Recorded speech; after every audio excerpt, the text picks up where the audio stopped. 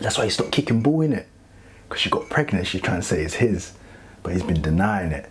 And apparently the baby looks bare like him, but he's saying that, oh, the only reason why the baby looks like him is because she slept with someone that looks like him.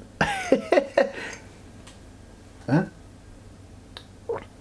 Oh, why didn't you tell me the camera's on, man?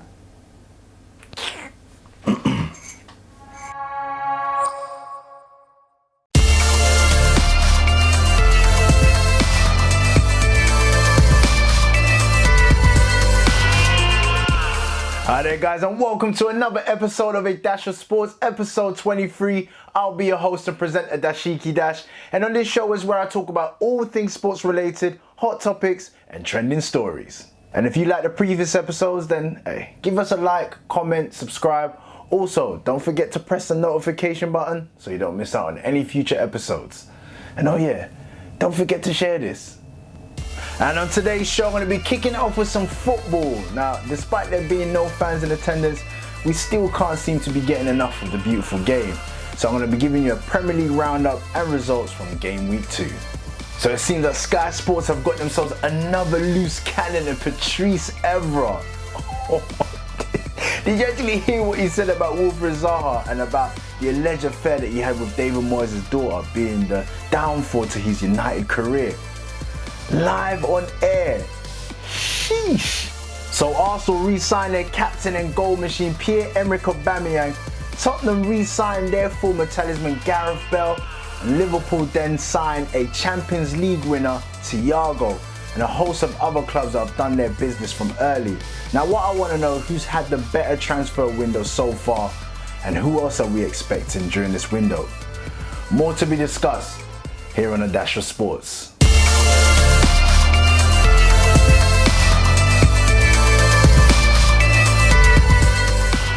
So once again, it was another week of absolutely amazing football, and let me tell you this, when it comes to the Premier League, it really disappoints. Fun-packed and full of action, which leads me on to this past week round of games and results as I start with Monday Night Football and work my way back through to the weekend. And starting off with Aston Villa versus Sheffield United, with Aston Villa winning 1-0 from a headed goal from Ezri Konsa. Now, it wasn't a typical 1-0 victory. There was a lot of drama during this game, starting off with John Egan's 12th minute sending off, but then Sheffield United pushed forward and then eventually got a penalty, which then Emiliano Martinez, the debutant, saved, and then Ezri Konsa went on to score his headed goal that allowed Aston Villa to take all 3 points. But all eyes was on the debutant Emiliano Martinez, and what a start. Like, you can't ask for a better start than saving a penalty and keeping a clean sheet. I don't know, man. I reckon Arsenal may have missed the trick by selling him. But hey, man, I hope he does well and I wish him all the best. Moving on to the runners-up of Liverpool's title-winning season, Man City, who took on Wolves at the Molineux. And it was a really good game, a really entertaining game, considering that this is Man City's first game of the season. They dominated the first half. Man City were 2-0 up by half-time with goals from player of last season Kevin De Bruyne, who easily dispatched his penalty, and a goal from young England starlet Phil Foden, who seemed to put all these international football problems aside to put Man City 2-0 up going into half-time. But then in the second half, Raul Jimenez scored a goal. Actually, Wolves missed a load of chances before that goal, but as they went chasing for the game, and then right at the death, Gabriel Jesus scored a goal to make it 3-1. This potentially could have been a banana skin because Wolves are no joke, but Man City, Pep Guardiola and co managed to take all 3 points back to the Etihad. And now moving on to Sunday's fixtures and starting off with an absolutely cracker of a game between Southampton and Tottenham. Now, the way this game started, I would never have known that it would have ended with 7 goals. 7 goals. Well, Tottenham Hotspur actually won this game 5-2 after being 1-0 down. And from that goal machine, Southampton's goal machine, Danny Ings, finishing 3rd in last season's Golden Boot race, scored an absolutely peach of a goal with the control, the finish, bottom corner. But then, just at the stroke of half-time, Son scores a goal. Then Tottenham go into half-time. Literally, you know, they're pumped. They're like thinking, well, come second half, let's go again. And boy, did they. Son then scored a second goal, made it 2-1. Then scored a third, 3-1. then scored a fourth, 4-1. Then Harry Kane, after all those assists, mind you, then he got one for himself. Then a late penalty for Southampton, and none other than Danny Ings putting that away, getting his second goal of the game, ending the game 5-2. And the next match was between the Magpies versus the Seagulls, Newcastle versus Brighton, and I did not expect this result. I'm telling you, I did not expect this. 3-0 to Brighton, away. Crazy. Like last week, Newcastle were looking good. Goals from Callum Wilson, you know, debut goal and all that. Andy Carroll was looking good against West Ham, and then Brighton have just got them crashing back down to reality with a 3-0 win, with Neil Maupay scoring 2 goals and Aaron Connolly scoring the third, giving Brighton their first 3 points for this season. Now, with only 2 games into the season, this was already being dubbed like a title challenging match.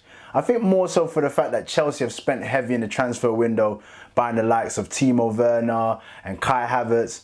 But then Liverpool, they also showed up with their newly prized acquisition in Thiago. And don't forget the tit for tat that Frank Lampard and Jurgen Klopp had at the back end of last season. So there was a bit of, I don't know, I wouldn't say it's a grudge match, but a little something there, a little something there. So both teams were going into this game off the back of victories in game week 1. But unfortunately for this game, yeah, it was spoilt. It was spoilt by the sending off of Christensen, who, I don't know what he was doing, man, some rugby tackle on Mane. Then second half, the combination from the pretty much the best front three in Europe, or even the world. Firmino, Salah, and then Mane scoring an absolute peach of a header. And then pretty much about 5 minutes later, was gifted an absolute, you would have thought it was Christmas, an absolute gift with a mistake. Yet again, another mistake from Kepa, trying to pass it out from the back, but then Mane swiftly latched onto the mistake and slotted it away. 2-0 to Liverpool, giving them all 3 points with back-to-back victories. The next game was between Leicester and Burnley at the King Power Stadium, with Leicester winning 4-2. But the surprising thing from this game was no goal from Vardy. 4-2 and no goal from Vardy. Well, goals from Harvey Barnes, an own goal from Eric Peters, James Justin with a goal, and Dennis Praet helped for Leicester to take all 3 points. And then moving on to Saturday's fixtures, starting off with another high-scoring 7-goal thriller between Everton and West Brom. And again, one of the promoted teams, West Brom, just seems like they're the whooping boys right now. With a hat-trick from Dominic Calvert-Lewin and a first Premier League goal for James Rodriguez, showing what he's all about. Looks like he's going to be a hit at Everton. And a goal from Michael Keane. Literally all 5 goals killed West Brom, sinking them to a second defeat of the season. On the other hand, Ancelotti and Everton make it 6 points from 2 games. So not bad, not bad. It's looking good. It's looking good on the blue side of Merseyside. Now moving on to another high-scoring game with 7 goals between Leeds and Fulham. Now this game was a weird one. It felt like Leeds were on top of this game, but they kept conceding. 4-3 with Leeds winning 4-3.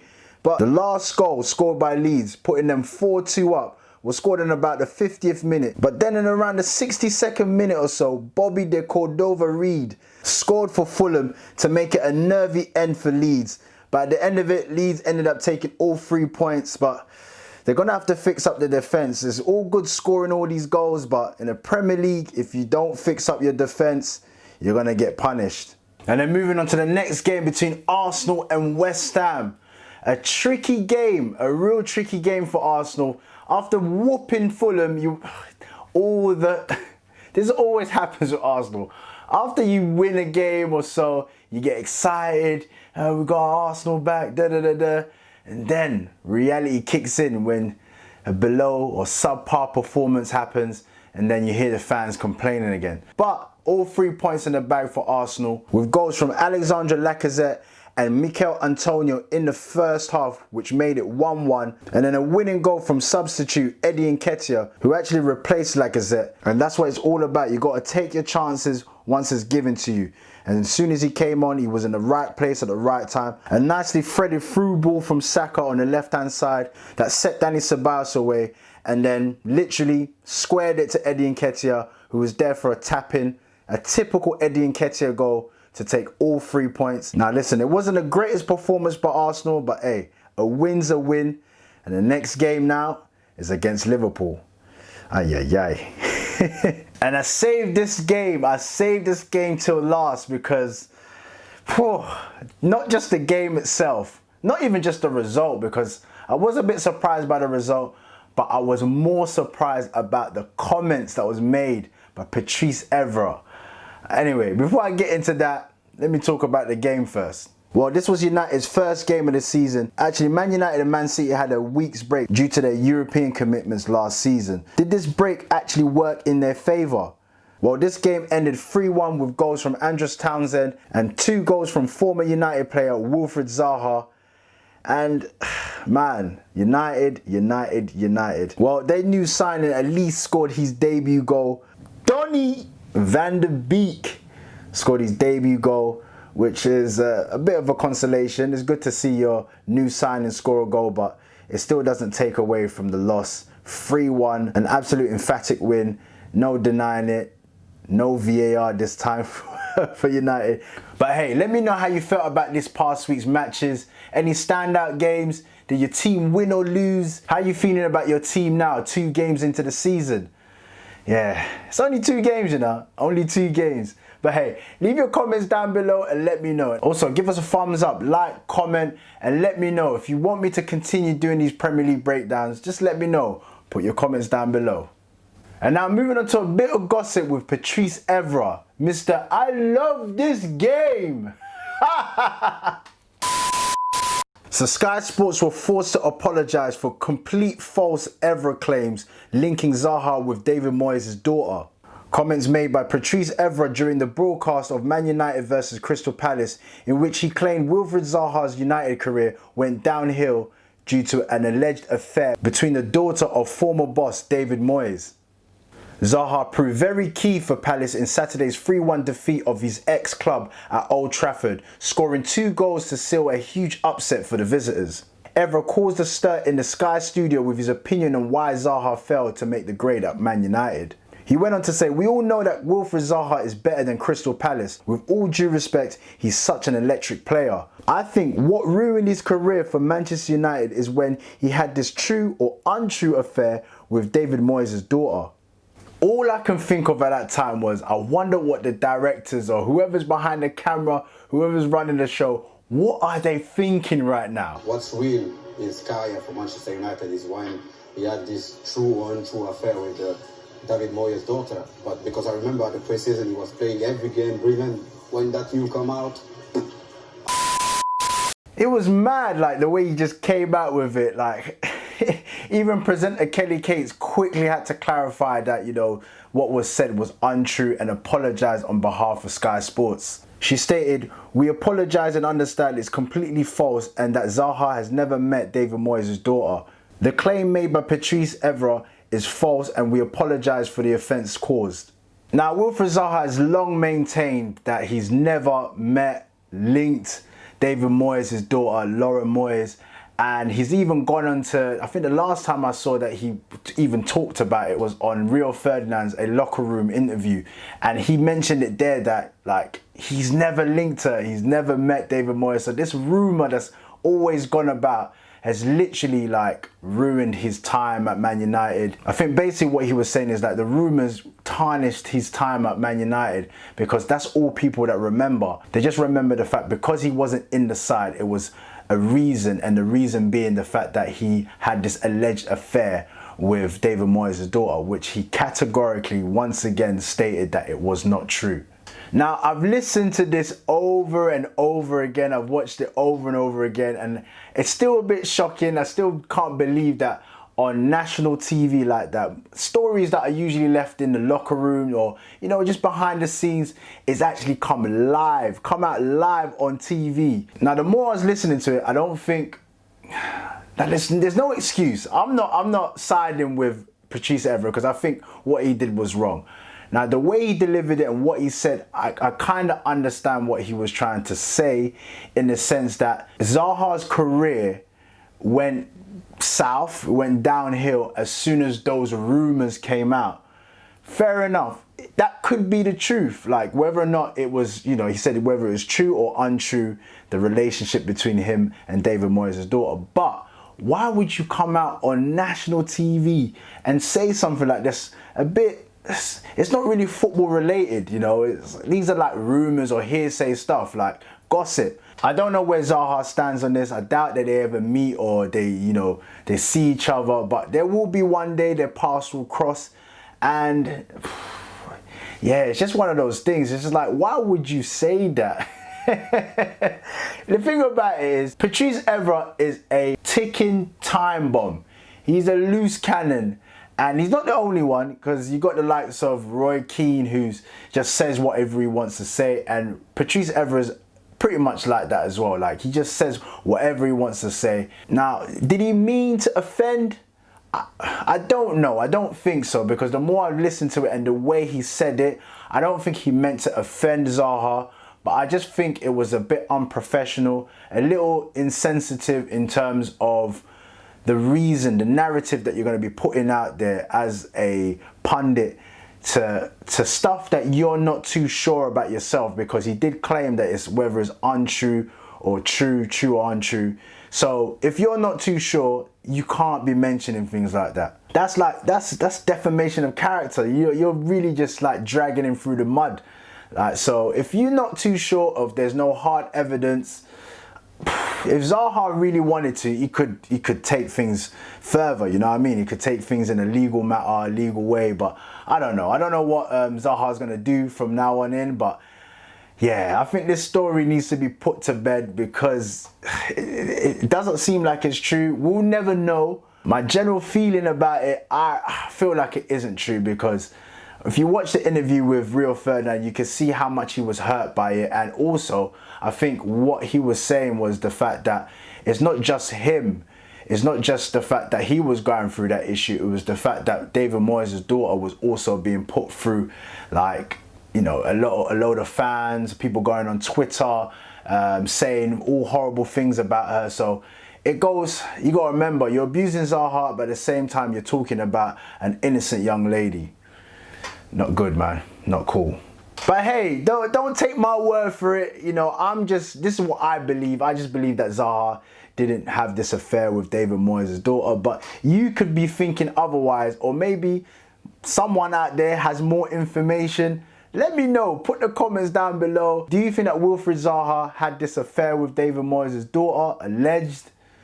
Or it's just rumors? Someone just put out a rumor out there and it's stuck ever since? Let me know, man. Put your comments down below and let me know. And now moving on to the summer transfer window, the Premier League summer transfer window, which opened on the 27th of July and will end on the 5th of October. Now, some teams started early, doing their shopping from early. The likes of Chelsea, they're always on point when it comes to transfers. But then there's some teams that are just dilly-dallying and trying to find bargains. And, you know, they're working their way through the transfer window, because at the moment, with the way the financial climate is and, you know, all this COVID and coronavirus stuff, a lot of clubs have been affected. But lately, one or two clubs are splashing their cash. But all in all, it's about navigating through this window. Now, I'm not going to sit here and go through all the transfers that's been happening in the Premier League, but I'll pick out a few key standout ones that I think to myself, you know what, yeah, it's all right, I see what you're doing there. Or some I'm just thinking to myself, what is going on? Why are you signing that player? Starting off with Arsenal, with a nice, I'd say a decent piece of business, signing up Willian on a free, experience from Chelsea. Comes with a bag of experience from Chelsea, a proven winner. And it's not bad. It's a bit of experience that Arsenal definitely need. And this might not be a transfer, but I think a key signing for Arsenal was re-signing Pierre-Emerick Aubameyang. Their talisman, their goal machine. And that saga in itself went on for time. Even when it was at the point where we kind of knew that Aubameyang was signing, he actually signed. But Arsenal just delayed and delayed and delayed. That's probably the most important signing that Arsenal have done this transfer window, because losing Aubameyang, losing his goals, yeah, I don't know, man. It'll be a bit peak for Arsenal this season. Then you got the likes of Chelsea, and man, this is the team that I said, or was mentioned, the fact that they done their business from early and continue doing their business throughout this window. they've signed the likes of Timo Werner, Hakim Ziyech, Ben Chilwell, Malang Sarr, I think he's gone out on loan, Thiago Silva, who turns 36, and they got him on a free from PSG. Kai Havertz, who's the whiz kid, the wonder kid right now. And I think they even got a goalkeeper, Mendy, I think his name is Mendy. They got themselves a new goalkeeper because Kepa right now is just, he ain't doing it. 72 million, probably a waste of money, but when it comes to Chelsea, they'll probably end up selling him for 60 million, lose out on 12 million. It's nothing to them, innit? But they have shown real intent during this transfer window, and this is what I was saying earlier on, that even after 2 games, they've been pushed into this corner of, Premier League challenges just based on the business that they've done. So we'll see how it works out. They've all got to gel, but quality players usually don't take long to gel. And then you got Everton, who surprised a few people because we did not see this on the cards. And we know that obviously Ancelotti will have good pulling power, but we did not expect this. The signing of James Rodriguez from Real Madrid, and they also signed Alan from Napoli. And then one of my favourite signings, to be fair, that Everton have done was Decore from Watford. I really feel that a lot of teams missed out on Decore, especially Arsenal, who need that kind of still strong centre midfielder who can drive, who's box to box. He's looking real good for Everton. Time will only tell. He was obviously in a team that got relegated, so time will only tell if he'll be able to really make an impact at Everton. But the likes of James Rodriguez, he's already showing his worth, scored a goal the other day, and it's just about us seeing whether or not he'll be able to really cut it in the Premier League. It's only been 2 games, but so far, so good. Now, for a while, Liverpool were acting like they literally had no money. They weren't making no obvious noise in the transfer window. Although there was rumours about signing a Champions League winner, Thiago. They finally got him. 25 million for Thiago. That is a bargain. A bargain. I think Thiago is going to be an absolute hit. And these are the type of signings where you think to yourself, a champion winning team, how can they best improve? By just adding another champion to the team. And that's literally it. You're adding a proven trophy winning champion to your team to just lift up those levels, because they've got a great team, Liverpool. Liverpool have a great team, but you can't just, this is going to be the 3rd season to keep that team going. It's going to be very difficult, but adding the likes of Thiago, just ups the levels. And now they've added Diogo Jota, which is another shrewd piece of business by Liverpool, because when it comes to Klopp, Klopp is not a guy that just goes and buys willy-nilly. Like, he buys with intent.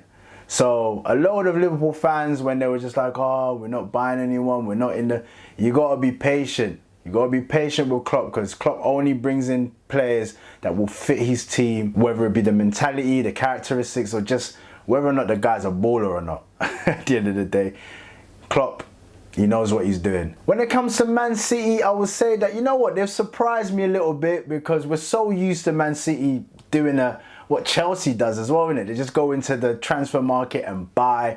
If they want defenders, 50 mil there, 60 mil there, they'll buy. And they missed Vincent Kompany last season. So we thought the likes of Koulibaly might be on their way or not, but they bought Nathan Ake, who is a top defender in his right. But the fact that he got relegated with Bournemouth, playing in obviously a lesser side and stuff like that, people have kind of turned up their nose in terms of the signing. They also bought a young buck, Ferran Torres from Spain, from Valencia. So these are not household names. Nothing that's going to be screaming out, yo, we're challenging once. Well, they're going to challenge for the Premier League, but are these players that are really going to be able to push Liverpool right to the wire? I don't know. They're probably 1 or 2 signings away from doing that. But who knows? Only Pep knows what's going on with his team, how he's going to refresh it. But I don't know. I think they're missing the likes of like Koulibaly, someone that's going to be really stand out in the defence. Probably a striker as well. because the fact that Aguero is dealing with his injury, I don't know if Jesus will be able to lead the line on his own. But we don't know, man. We don't know. Man City, a little bit quiet, but we'll see what happens. Now with Man United, I don't know what's going on with them. You know, like for a while, I was thinking to myself, has United still got that pulling power? Do they still possess that Manchester United, I want to go and play for Manchester United pulling power? Now for a while, I was just like, I don't think so. I think they've gone down, long gone them 30 years. Who really wants to go and play for United right now? Genuinely wants to play for United, not just, oh, you're going there for the money. But I had a conversation with one of my friends, and the way he put it to me, I kind of thought to myself, you never know, this could be the reason why they've been quite inactive in the window. Maybe they're trying to select the right type of player. Because in the past, especially from Moyes, Louis van Gaal, Mourinho, they've just went into the market and they've just spent the money, and they've spent a lot of money and just bought players that have not really fit what Man United want. And maybe Ole Gunnar Solskjaer is trying to find, or doing that kind of Klopp thing, you know, trying to find the best players. We'll never know if it's true or not, but the way it's been reported of the amount of players that have been linked with Man United and have not signed with Man United leads you to believe that maybe there's an issue in regards to their recruitment. But we just got to see, we just got to wait and see. But so far, all they've done is they've re-signed Uncle Iggy, or gave him they gave Igalo a contract extension until January. And then also they've signed Van der Beek, which has happened due to a great connection between Van der Sar of Ajax, formerly of Man United. And that's the way they've been able to bridge the gap and negotiate for Van der Beek to become a Man United player. Then you've got Tottenham Hotspur, who after the Everton game, it was looking doom and gloom. Doom and gloom. No striker. They were kind of lacking in midfield. The likes of Ndombele, Dele Alli weren't looking too great. Kane was off the pace a little bit. Then all of a sudden, bam! News of Gareth Bale making his return to Tottenham, and that's just rejuvenated the whole club. The likes of Gareth Bale now, 31 years old, making his comeback to the Premier League. Is he going to be the same Gareth Bale that left about, 7 years ago? Probably not, but if you can get about 70%, 80% of that Gareth Bale, he can make a difference in games between being in a semi-final, getting through to the final, or even actually being in the final and winning it and winning the trophy. So I don't know what to expect from Gareth Bale, but all I can say is a perfect fit for Tottenham. There was rumours that Gareth Bale was, linked with Man United and could possibly go to United, but I don't think, that wouldn't have been the link that I would say would have been perfect for United. I think it's perfect for Tottenham Hotspur. Then they've signed this new left back, Reguilón, whatever his name is. They've signed him up from Real Madrid, and it looks like they're doing a bit of good business. They had Doherty as well that they signed from Wolves. They got themselves Joe Hart, which I don't think that was really a signing that Tottenham Hotspur really count. But look, that's all it takes. Just like Man United when they got Bruno Fernandes, it lifted the team. He actually did bits, scoring loads of penalties. But you never know. Maybe this is what Tottenham have been looking for. That kind of extra added world-class player needed at the team. Although they got the likes of Kane and Son, who, man, after his 4 goals, his finishing was on point during that match. After his 4 goals, that front three, if they can gel together, then looking like they can do bits. So I know that there's been other transfers for other teams, but the ones that I've just mentioned have been standout to me and the ones I wanted to highlight. So please forgive me if I've not mentioned your team or mentioned the players that you lot have bought, but that just gives you the opportunity to chime in. Put your comments down below and let me know what team you support and what players that you've bought in. And are you happy with the transfers that your team has made? It's gonna be interesting to see. October the 5th is the last day. That is the transfer deadline. What other players can we expect in the Premier League? What other players can we expect our teams to buy? Who are we going to buy next? I know that there's still areas for certain teams to improve on, and this is what we're all going to be waiting for, right down to transfer deadline, watching Sky Sports News or whatever outlet that you want to source your information from in regards to the transfer deadline. We all got to wait. But put a thumbs up, like, comment, put your comments down below. Let me know what your feelings are towards the transfer window. Has your team done well in the transfer window? Do they need to still buy? Let me know. Put your comments down below and let me know. Now, with that being said, I'm going to leave it there for today. And if you've made it this far into the show, you're a real one.